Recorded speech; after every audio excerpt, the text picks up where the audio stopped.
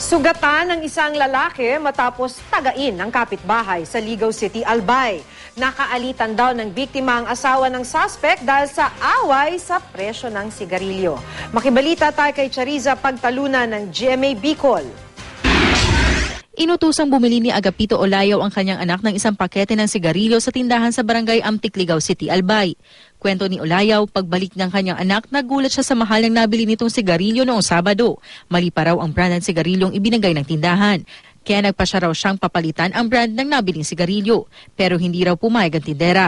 Nauwi ito sa pagtatalo ng tindera at ni Olayaw hanggang sa sinugod daw siya ng asawa ng tindera.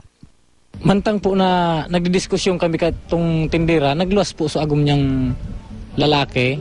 Duma naman po ako, pinagkuyanan niya po kay Tigbas, hindi po sa barting ini.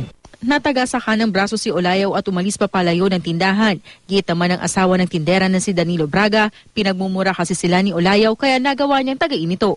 Sige, pangmuda sa muyang, pasulit-sulit. Nakatindahan ngayon ka mo, dinayaan.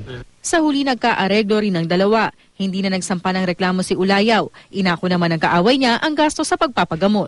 Chariza Pagtalunan, Nagbabalita, Pilipinas.